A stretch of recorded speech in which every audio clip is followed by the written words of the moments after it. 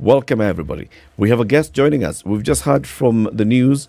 Dennis Aseto telling us about, Jubilee and the Jubilee Secretary General speaking, and then the UDA Secretary General speaking regarding the constitution of the 14-member committee.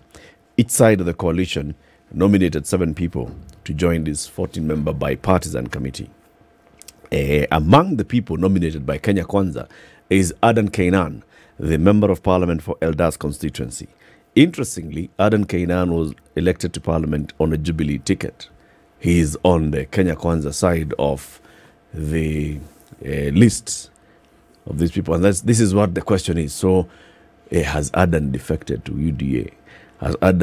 Has Jubilee allowed ADAN to get into an agreement with Kenya Kwanza? ADAN KAYNAN is our guest this morning. Mheshimiwa, good morning. Good morning, viewers. Karibu sana to Kenya's biggest conversation, the hot seat of the Situation Room. Asante sana.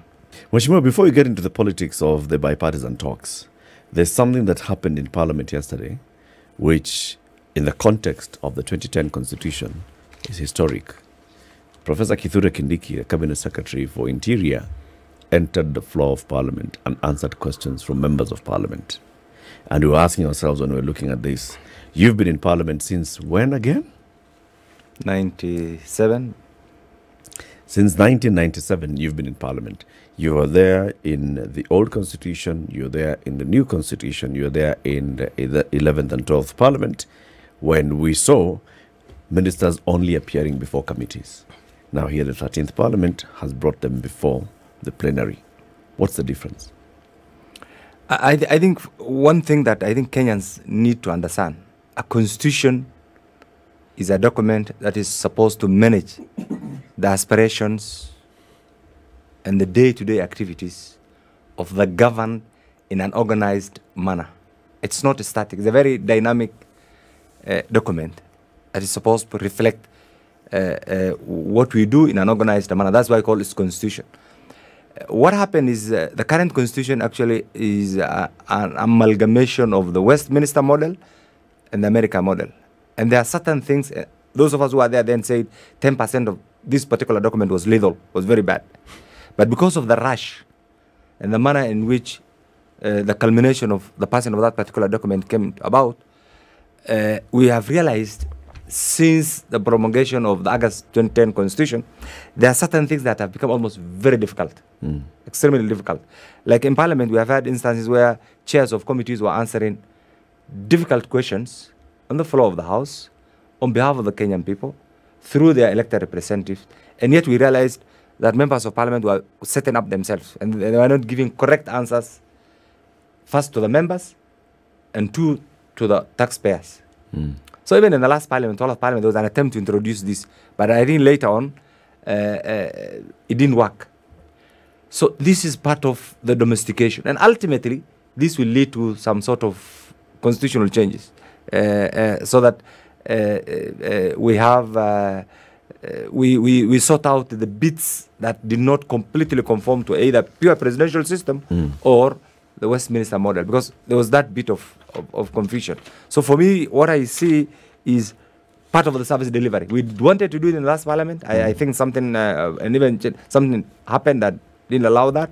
So I think this is the best way. This is the best thing actually for members of Parliament first, because you are a member of Parliament. You have been asked intricate and very difficult questions relating to security.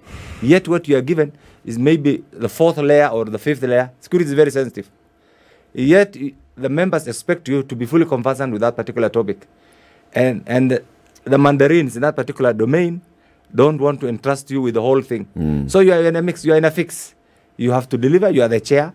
You do not have the full information that the members expect. The member, first of all, the owner of the question expects, or the entire Parliament expects, or the public expects. So it's because of this that I think that has given birth to this reality. In any case, the end goal is service delivery. And what Professor Kindiki did yesterday was a pace setter, was a very good approach. I saw the kind of questions. I was there the first time. And even it was the first attempt. And even the second attempt will be very good. And I'm sure the Kenyan public will enjoy this. But then, to what effect do actually, what is the expected result of having a minister answer those questions in a limited time span? It's all over. It's consistent with the international trend. Whether we have a Westminster model or a presidential system, or whenever a non-parliamentarian or a parliamentarian who is who has executive duties, who has executive duties assigned, that is the trend. It has to be assigned. It has to be assigned. There has to be a time limit.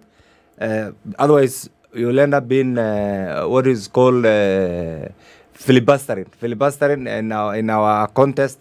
Kenyan constitution doesn't make sense. So I think the time limit, the timing is proper. This is the first time. Maybe ultimately this will again lead to some more amendments to further domesticate what is intended actually to be achieved by having CSs coming to answer questions. But it's a relief for the members of parliament. You see, what I'm asking is, with a committee, when a CS has been summoned by a committee, there's sufficient time for members of the committee and other members who may be invited or who may come before the committee, other members of parliament, to ask questions and ask follow-up questions and ask for further reports, and the CS can say, I'll bring a further report next week or something like that. That is still there. So that is still happening. Yes, so the CSs will still, there are questions. There are many, 2 different ways or 3 different ways of answering. One is a member can ask a question that requires a direct answer on the floor of the House. You can also have an investigative question referred to the committee where the minister or any other concerned public officer will answer through the committee, and the committee will generate a report that will come to the floor of the House. So it depends with the way the question is designed. So that approach is still there through the committees. This is just, yes, it's still there. Yes, questions will be referred to the committees. The committees will prepare a report. If they want a clarification, the committee will call the minister at the committee level.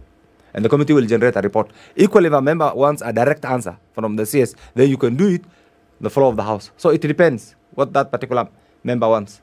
So what the question that we were asking ourselves earlier on in the morning was, okay, when all this has been done and you have a report and you've understood what was asked and what was responded to, then what? I think you need to understand the workings of Parliament. Parliament works, first of all, through committees. Yes. Issues can be raised on the floor of the House. Yes. That requires response. Yes. The CSS can come direct to the floor. There is a special designated area. Respond to that question. A member can ask a committee, a question through the committee. That requires a bit of investigation. So the committee will interact, will call the relevant CS, get the answers, prepare a report, bring the report now to the House for debate.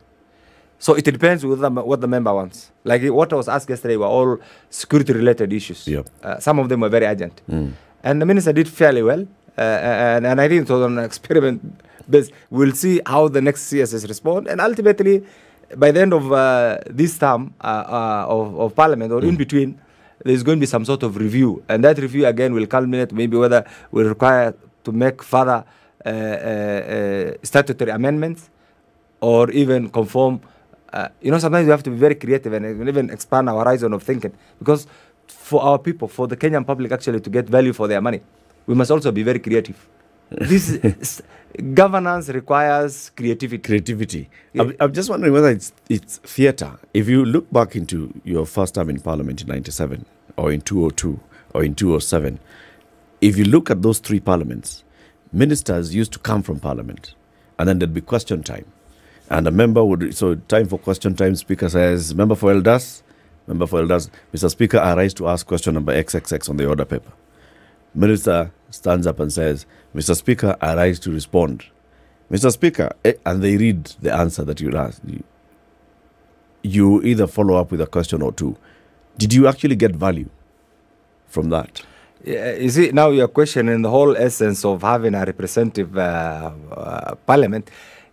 At that time, we had the old constitution. Our old constitution actually was a product of the British Westminster model, where ministers used to be members of parliament. But right now, we have ministers are not members of parliament. And yet the same services are required. These are some of the teething problems of the current constitution that ultimately we must sit and reflect on as Kenyans and say, what do we need to do in order to bridge the gap? But for me, as long as we have representative democracy, responses to parliamentary questions by members of the executive, whether they're in parliament or outside parliament, will be a reality. So this is something that we have to think about. Let's see how it goes. And I hope by the end of this term, we'll have settled for really what we want as far as that question is concerned. You remember some people are proposing even a mixed model where we have members of parliament doubling as CS, but it's not provided for in the current constitution. Yeah. So let's see. It's not cast in stone. It's something that at the end of this time we'll be in a position to say, did it add value? Did it lessen the burden on the taxpayers? Did it contribute to the efficiency in which, in the way members of parliament actually handle parliamentary issues? So there'll be a lot of questions that will be answered at the end of this trial period. And the first thing that I can say is a relief for members of parliament, because as an individual, I wasn't very comfortable having members of parliament actually answering questions on behalf of the executive. Yes, it wasn't a very good idea. But again, we had no other option. It was the only way. It was the only way. Okay. Let's move into now the conversation about bipartisanship, all right? So in those parliaments that you sat in, initially we had government and opposition in parliament. Now we have majority and minority in parliament. None of them, majority, minority, it doesn't mean government and opposition. Minority here could be the person, the executive could have the minority in parliament. But now, in those times, you sat in the IPPG of 1997 that looked at, the next election, how to manage our elections.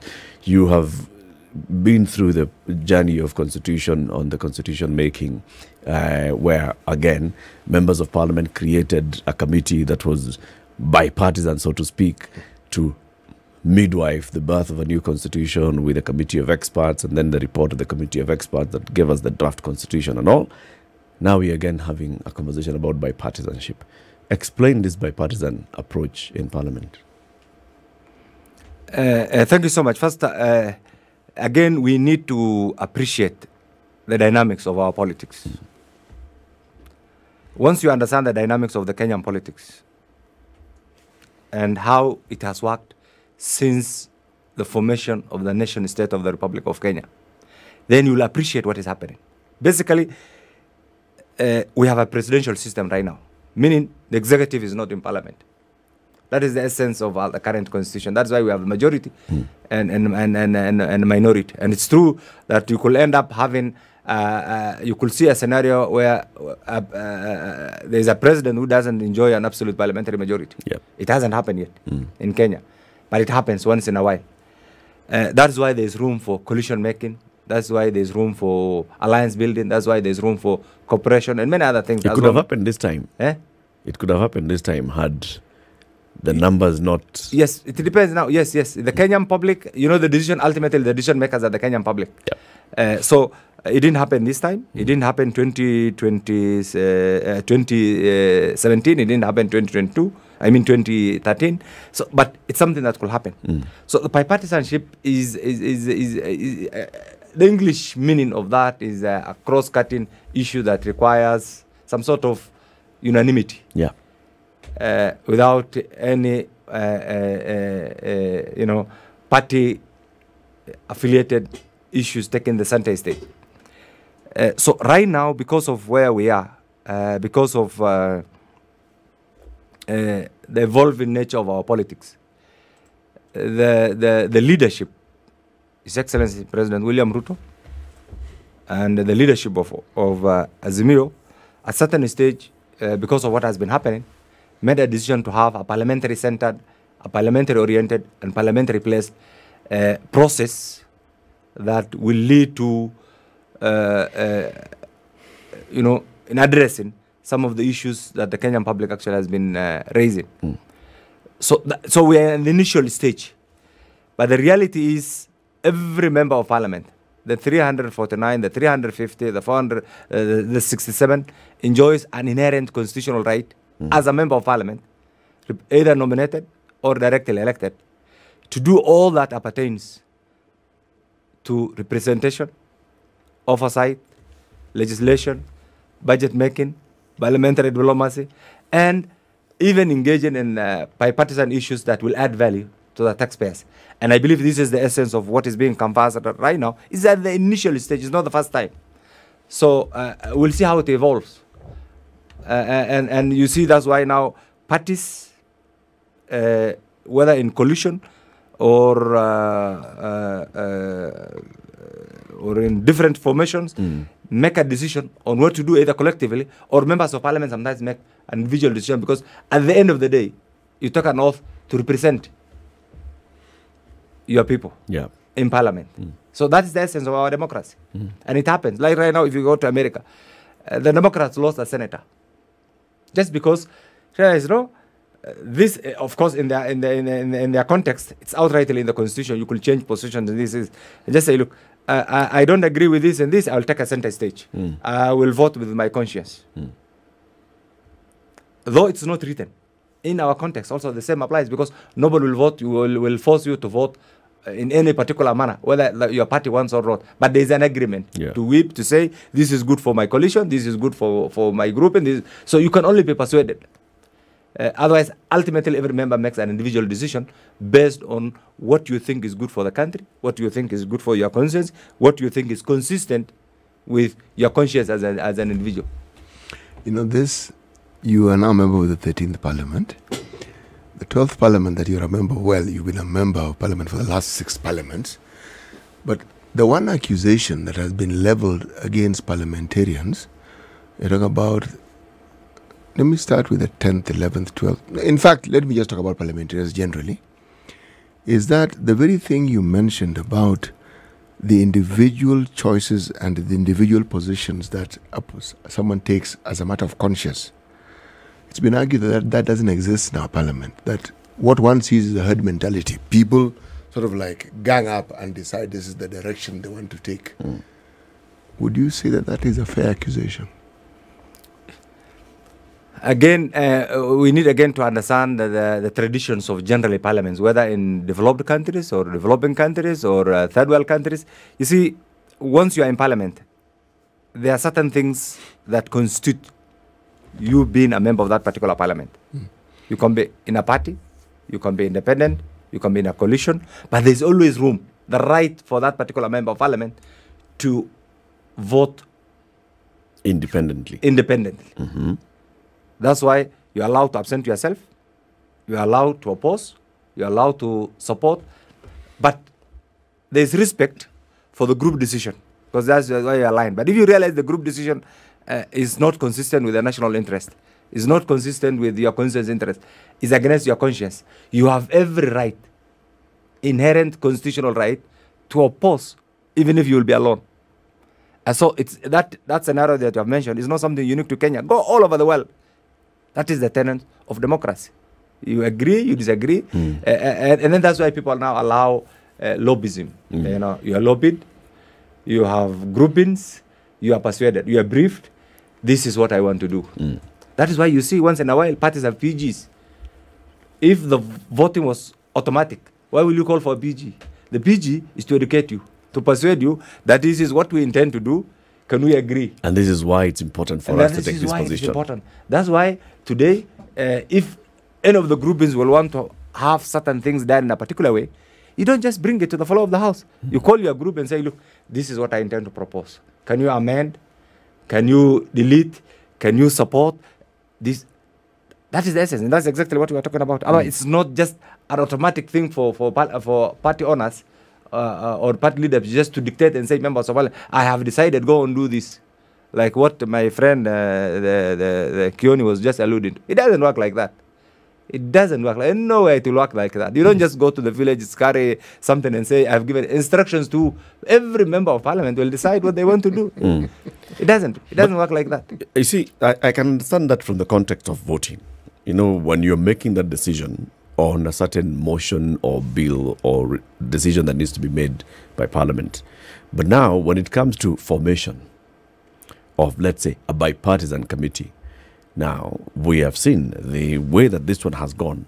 Azimio, together as a coalition of the various political parties, sat down and they picked 7. Kenya Kwanza, together as a coalition of political parties in the Kenya Kwanza coalition or the pre or post-election agreements, sat down and they picked on the 7. Now, the cross-cutting issue, that's where now we want to discuss this and we want to understand. You are a member of Azimio, which is in by being a member of Jubilee. But now you attended a parliamentary group meeting. Did you attend that meeting of Kenya Kwanza? Continue with your question. You attended a Kenya Kwanza group meeting. Kenya Kwanza names you as one of the members in their list of 7. So what was the thinking of Kenya Kwanza by naming you? Had they called you before? Had they persuaded you, no, you come and be one of us? Is it because you are affiliating with them? Is it because you are now working with Kenya Kwanza and not working with Jubilee? Or remember, there's this matter of conscience. Or did you look at what was going on and you used your independent thought and decided, no, actually, for this particular matter here, this one, I think I want to negotiate, but I want to be better off negotiating if I'm sitting on this side. I think that's a good question. Let me say this first. And I will say this authoritatively, without fear, without favor, on behalf of Jubilee. Jubilee once upon a time was the ruling party with an absolute majority in parliament, with an absolute majority in the Council of Governors, with an absolute majority in county assemblies. That is history. I do not want to delve very much on the circumstances that contributed to that. Theoretically, we are in a coalition. Personally, I'm yet to see the coalition agreement. But I can tell you, we as Jubilee, members of parliament, suffered. We lost everything. Everything that we have had, or everything that we were entitled to. Jubilee is the 3rd largest party in the 13th parliament. We have UDA, we have ODM, and Jubilee is the 3rd largest party. Everything that we were entitled to, in the name of coalition, we have lost. What's that? I'll tell you what we have lost. The committee membership, the committee chairs, the Parliamentary Service Commission, the minority whip that. Let me enumerate this. The Azimio grouping has mistreated the membership of Jubilee in a manner that is totally inhuman, in a manner that's unacceptable, in a manner that does not befit the status of elected members of parliament. And I'll give you this. Under that coalition, they supposed to be, theoretically, there's supposed to be some sort of understanding on what each member of that particular coalition is entitled to. We have ODM, we have WIBA, we have Jubilee. And all parliamentary positions that were the preserve of Jubilee have been taken over by ODM. I was explaining. The first was the Parliamentary Service Commission. We have had 3 slots. We gave our slot to Honorable John Waluke, and you even saw Kioni going to see him in prison. How did we lose? Where did that position go? That position ultimately, ODM, through their tricks mechanism, took that position, and the poor Waluke was duped. We lost. Few weeks ago, Fatuma Dulo, who was the minority whip, was whipped. Like exactly what happened to Wetangula, Speaker Wetangula, Dr. Wetangula, on 20th March it was noisy and messy. Yes. Fatuma Dulo was whipped. Who took over the position? A member of ODM. I'm aware that in the process of the whipping, the Honorable Sabina Chege. And look at even the structure. I am the father of parliament. The 13th parliament, the longest serving member of parliament. In our midst, we have a first-timer chairing a committee within the Azimio group. It doesn't happen in parliamentary democracy. And yet you don't have any leadership. You want to tell me that's a relationship that I should support consciously? That I should, a relationship that we should say we belong to this? If anything, and I think somebody somewhere was on a revenge mission. Somebody somewhere was a revenge mission against Jubilee. So me, I want to take this opportunity to thank the leadership of Kenya Kwanza, led by His Excellency, the President, and the Deputy President, and the entire parliamentary leadership, for realizing that Jubilee is a major stakeholder in the 13th Parliament. And the slot, this is consistent. They realized, where is Jubilee? We are talking about bipartisanship. Look at the members who are nominated, the 7th from Azimio. Can you name? These are members, very respectable members. But look at the 7. Where do they belong to? Do you see any from, just mention their names. Do you see any from Jubilee? Is Jubilee not a parliamentary party? And I've just told you it's the third largest party in the 13th parliament. So what happened? So the leadership of Kenya Kwanza realized there's a problem and donated a slot of theirs. And we thank them very sincerely to say this should go to. So if we have to realize the dream of having a bipartisan approach, they said we will donate this particular slot of theirs. They made to the third largest political party. To a third largest political that has been sidelined by the very group that they belong to. Let's take a break on that note. When we come back, I'll read the names of the Azimio side, I'll read the names of the Kenya Kwanza side, and then we'll continue the conversation. The Honorable ADAN KAYNAN, as he says, is the father of Parliament. He's currently one of the longest-serving members in the 13th Parliament, having joined in 2007. He's a member of Parliament... 97, sorry, yes. He's a member of Parliament for Eldas constituency. He is now one of the 7 members who've been nominated by the Kenya Kwanza Coalition to join the 14-member bipartisan dialogue committee. We want to understand why. This is the Situation Room, the only way to start your day. The MP for Eldas constituency, elected on a Jubilee ticket. And actually, let me just say that now correctly. Okay? The most experienced member in the 13th Parliament, having served how many terms? 6, 7? Since 1997. Okay. So we're talking about the composition of this bipartisan team. And you've told us you feel that Jubilee has basically been mistreated by the Azimio coalition. But the Jubilee leadership has not said anything about this. Why? In terms of the national leaders of Jubilee, the Jubilee party leader has not said anything about this. The Jubilee Secretary General, you've just heard him on the news, he's not been complaining about this. Let me say this. I am the Jubilee Coalition Parliamentary Group Secretary. So anything appertaining to Parliament, I'm the right person to speak about. And this is why I'm talking about the same. Kioni doesn't understand what is Kioni is and you remember now that we have even the party generally has a problem right now which we are trying to sort out. I do not want to delve very much in that, but what I can say is we are happy with the slot that has been donated to us by the leadership of Kenya Kwanza.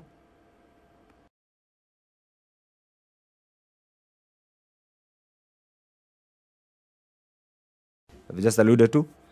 And therefore, our role, assume that we don't exist.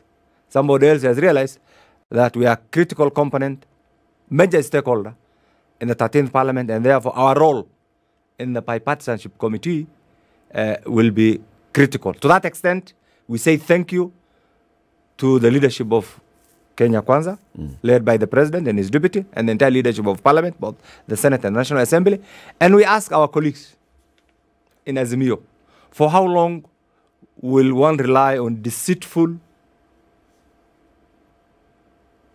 creative imaginations that has been the hallmark of their political career? Which, honestly, if you look at this, look at what has happened to all the past. That's why I was mentioning to what happened to the Right Honorable Speaker, Dr. Moses Wetangula, on 20th March 2018. He was the leader of the minority in the Senate. Yes, he was ejected unceremoniously. Look at what happened to Kingi. Look at what happened to Mudavadi. Look at what happened to everybody. So what we are going through right now is consistent with what happened to many other Kenyans. And for us, we will not take lightly. We will not sleep. We will not allow them actually to step on us. We will insist on occupying our rightful place in the 13th Parliament and within the Kenyan public. That is why, proudly, we will work with the government of the day. Whoever doesn't feel comfortable, then that is your business. We have no apologies to make. Jubilee Parliamentary Caucus has made a deliberate decision to work with the government of the day. We're still members of Azimio, but we have a problem. We have made a pronouncement that there's a problem in Azimio, and we'll sort it out legally. There's a legal mechanism, which we'll sort out very soon. But for now, because they have failed to appreciate our existence, they have failed to give us what we are entitled to. They have subjected our membership, and I've said this, what has happened to Honorable Waluke, we lost our PSC. Where is the fairness? They went to Honorable Waluke in jail, gave him a letter of nominations, and behind the scene, they nominated their own person. Where is that coalition? Where does that leave that particular member and Jubilee by extension? They did the same to Honorable Fatuma Dulo. a great lady, among the few women senators actually in the Republic of Kenya, a lawyer, a highly experienced person, just whipped her just like that. Her position taken by ODM. Right now, they are proposing to have Sabina Chege removed, and we will resist. And I want Sabina to appreciate wherever she is. We will resist. We will not allow Sabina Chege to be booted out the way they have done to this. In Parliament, fortunately, in the National Assembly, the standing orders are slightly different. We will resist. That position belongs to Jubilee. That position belongs to Jubilee. And Jubilee has donated that position to the Honorable Sabina Chege. So whatever creative imagination that they have there is theirs. So Sabina Chege, wherever theirs, we will meet on the floor of the House and we will oppose whatever intention that they have to remove the Honorable Sabina Chege. On these other things, I have alluded to this. Jubilee has been mistreated. The only thing remains right now, shall we be silent and wait to be mistreated further? Why would you be silent and let their structures? Have you raised this within the structures of Azimio? The structures have failed to address because... Have you raised it absolutely, at the highest level. What's that level? Consistent lies. What's that level? What have you actually raised? At the highest level. I do not want to mention names. The highest level is the council. We have raised at every level that what Jubilee is being subjected to was not fair, was not consistent with even what we had said we'll do as a group. And therefore, we have made a conscious decision that will not be bound by what they think. And I can tell you, majority of Jubilee members are not even invited to that purported PG in Stone Abbey. Can I ask a question? Yes. Mheshimiwa? Yes. If there's that level of disgruntlement in Jubilee, why doesn't Jubilee just leave Azimio? That's why I say it's a process. We have made a pronouncement. It's a process. We are in the process. We are still in Azimio. We are in the process. We'll invoke our post-election rights and at an opportune time, completely exit Azimio because I personally don't see any benefit. Yes, and I'm sure majority of our members also don't see any benefit with being a member of the Azimio caucus right now. Yes. Mheshimiwa, you know, I want to ask this on behalf of the many. I'm sure you'll tell me there you are have to go through the list of the 7 members from Azimio so that you know the unfairness. Let me give you the list. Yes. 1, Ledama Olekina. Which party? Narok. Which party? ODM. ODM. Edwin Sifuna. Which party? ODM. Yes. Eno Kwambua. Wiper. Wiper. Amina Mnyanzi. Which party? ODM. Malindi MP. ODM. Millie Odhiambo. Which party? ODM. Otiende Amolo. Which party? ODM. David Kosing. David Kosing, interestingly, that's a very interesting member also of that committee. The party. You know his party? What's his party? Kenya Union Party has just signed a post-election agreement with Kenya Kwanza. Kenya Union Party is the one by the former governor. Of West Pokot. Yes, of West Pokot. Professor so even my friend Posing is also a donation by Azimio to a member of a different formation. And that member is there by right. So I'm not the only one. So that position was also donated to that party of the former governor, West Pokot. So you need to understand, of course, many people don't know that they have entered a post-election. So like you've said, so of the 7 members, 5 of them are 5 ODM. of them. So where is Jubilee? Ask yourself, where is Jubilee in that? Even if they felt that they were the majority, where is Jubilee? The 3rd largest party? Listen from the 7 membership committee. And yet you want to tell us that we are foolish enough not to make a pronouncement on our rights. So that is the question that whoever came up with that list should have said they have a coalition. A coalition comprising of 3 major parties. First party, ODM. Second party, Jubilee. Third party, Wiper, in terms of their strength. Yeah. One party takes almost 80%. Donates one to Wiper and the other one to a member of KK, Kenya Kwanza. And yet you want me to sit down somewhere as an experienced legislator, somebody who has gone to school, and clap for you? I will not. Mheshimiwa, I want to ask you another question. You were a member of ODM up to 2017. The ODM you speak of now, is it a different ODM from the one you're a member of? I was a member for 5 years, between 2013 and 2017. And this is exactly, I thought they have learned. You know, sometimes you need to learn from your mistakes. It is the same thing. What I'm surprised with is how the Honorable Oluke was treated. A person who was already going through serious challenges. You give him a nomination, you visit him in prison, you make a pronouncement, and on the other hand, behind the scene, you give the same slot to your own member. Where is the common sense? Was Waluke a member of ODM? He's a member of Jubilee. Jubilee. That slot was rightfully ours. At that time, he had a challenge. You all know this. We do. And we as a party, we said, these slots will go to Waluke. I was there. I've had my time. We just said, let's give it to Waluke. And they went ahead, presented the nomination in prison. But behind the scene, they had their own candidates. And that is exactly the trademark of certain characters within that establishment, within that group. Now my question. On behalf of the very many members, I said, you're going to tell me there are millions of members of the Jubilee Party. Okay? When they watch you as leaders and they can see all these things. And now today, you're telling the membership of Jubilee that we are being mistreated by our coalition partners in Parliament in the way in which slots are being given, in the way in which we're being given priority. How have you addressed this as leaders within the coalition and within the political party? Let's start with, have you raised this within the structures of Jubilee? Yes, that is why we have disagreement. A small group feel, the majority of the Jubilee leadership feel that the way the party members have been treated is not fair. That is why we have raised it, and we have certain caucus.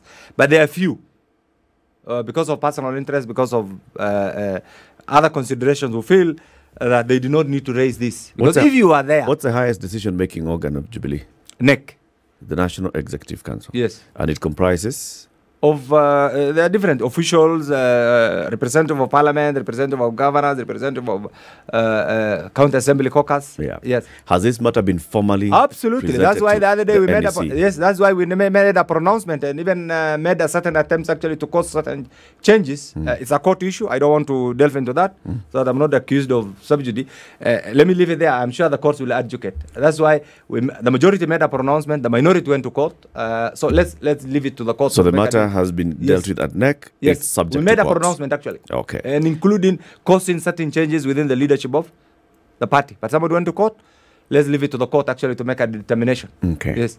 In the matter of now Azimio as a coalition, if any party felt disgruntled, what are the redress mechanisms? You give notice, and then, like I told you, this particular coalition document, nobody knows even the content. Even me as a parliamentary group leader, I'm yet to internalize. But again... Does the document exist? We don't know whether even it exists. I'm yet to see. Personally, I'm yet to see. But we will follow the law. So how then does the coalition function? How does it go about its affairs? That is why everything has failed. You know it. That's why everything has failed. And take this. Between 2017 and 2022, let me say this. The Jubilee was a movement. Jubilee Party was a movement with absolute majority in parliament, with the support of the majority of Kenyans. That has dwindled. Today we have one governor. At that particular time, we had almost 2/3 of members of parliament. Today we have 34. What has happened? Meaning the majority of Kenyans who supported Jubilee did not agree with the decision that we made in 2022. It's the reality. They did not agree with the decision that we made to take certain political route. So right now, we have to retrace our footsteps and reconnect with the former Jubilee members and say, look, this is where maybe we may have made mistakes. Can we reconcile? And we are in the process of reconciling with the Kenyan public so that Jubilee takes its rightful place. Jubilee applies what is good for the ordinary people. And we reclaim our Jubilee heritage. And that is why today, proudly, I can say that if we have made a mistake, we'll be asking for an apology. We'll be asking for forgiveness from the Kenyan public at an opportune time. For now, let's see how the court issue ends.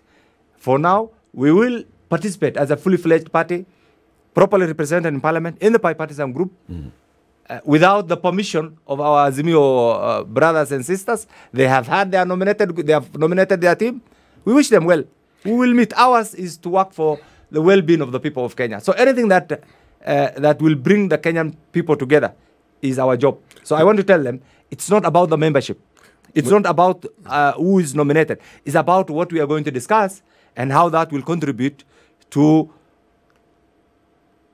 the welfare of the citizens. Not only the welfare, but the realization of our national interest. Because there are certain things that we can't disagree on. The national interest is everybody's interest. The national interest is the very existence, actually, of the Republic of Kenya. And therefore, when that comes, the issue of parties actually are relegated to the back door. Mheshimiwa, in the time you've been a member of parliament, this matter that we're now discussing, have you witnessed it before? Yes, it has happened all over. At one time, the late Anyona was the one-man party, was the chair.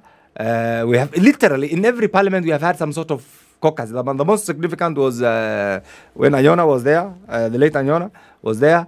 We have had the one of Paul Mute and other groups. We have had the one of Kreitu Murunge and James Orengo. This is a parliamentary it's a parliamentary activity.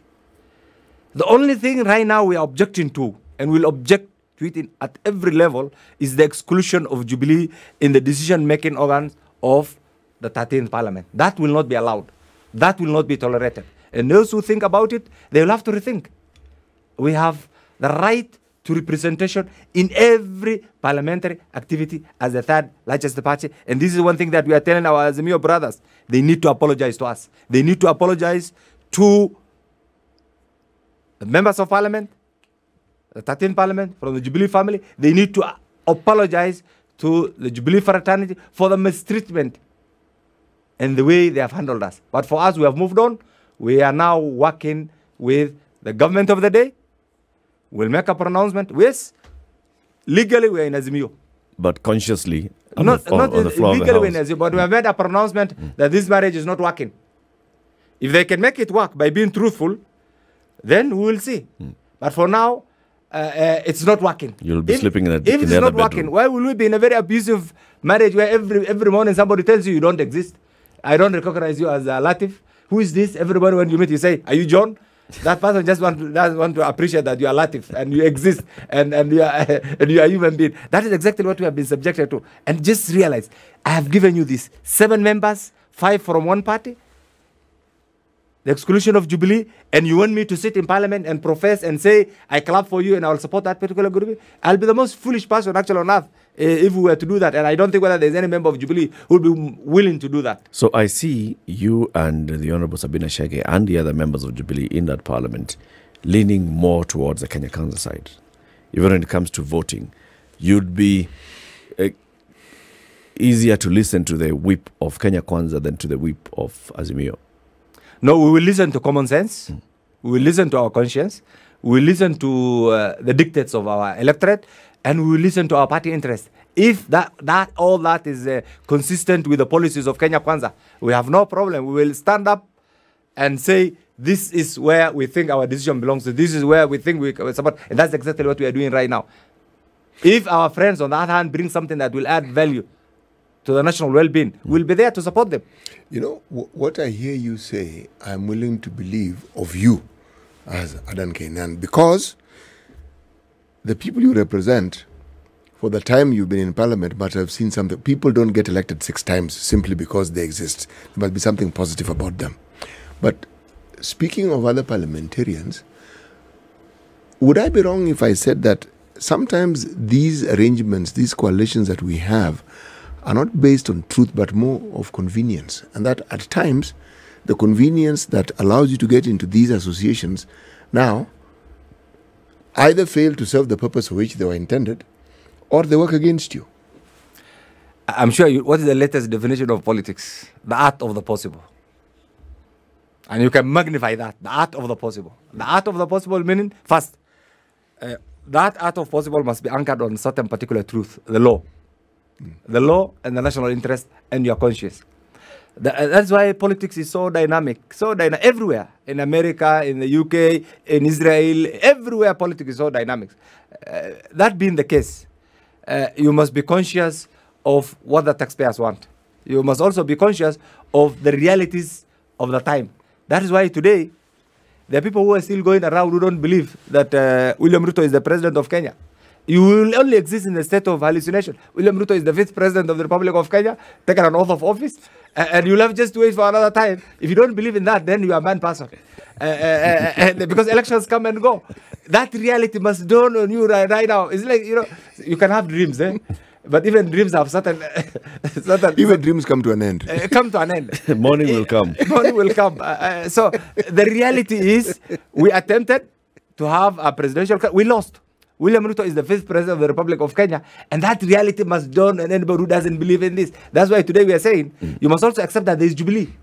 with 34 members. If you don't accept that reality, and you expect me to clap for you, whatever stupid decision or unreasonable decision that we make, honestly, I'll be the most foolish person if I were to do that. And we will not. I will not do personally, and I'm sure my colleagues in Jubilee fraternity will not also do. So for now, allow us a space. You have mistreated us. We are giving you notice. We need an apology. Repent, not only to us, but to many other leaders whom you have mistreated. And all of them right now, you know, God is very fair. Let me say this, God is very fair. Wetangula was booted. That was the making of the new Wetangula now, who is the Speaker of the National Assembly of 13th Parliament. Mudavadi was booted. He is now the chief. King was booted. He is now the Speaker. Aaron Diallo was booted. He is now the CS Defense. William Ruto was booted. He is now, as the Minister for Agriculture, he is now the 5th President of the Republic of Kenya. Who knows? Fatuma Dula has just been removed. Fatuma Dula will be something great. Something great is in the office. Her. Yes. Sabina is the same. And so we are not worried because God is fair. Mistreat people, God will revenge on you. Be fair to people, God will be fair to you. This is why my message today is, please, for the sake of God, for those of us who are in that Azimio group, be fair to yourself, apply your conscience, stop misleading people, stop lying to yourself. Reflect and do what God loves most is fairness. Reflect on what our constituents actually appreciates and expect, that fairness and the right to everybody on whatever that you do. And that's what has been missing in that particular grouping. Kwisha. ADAN KAYNAN, Member of Parliament for Elders constituency. He says he's the father of Parliament. He's the most experienced member of the 13th Parliament. He's been our guest this morning.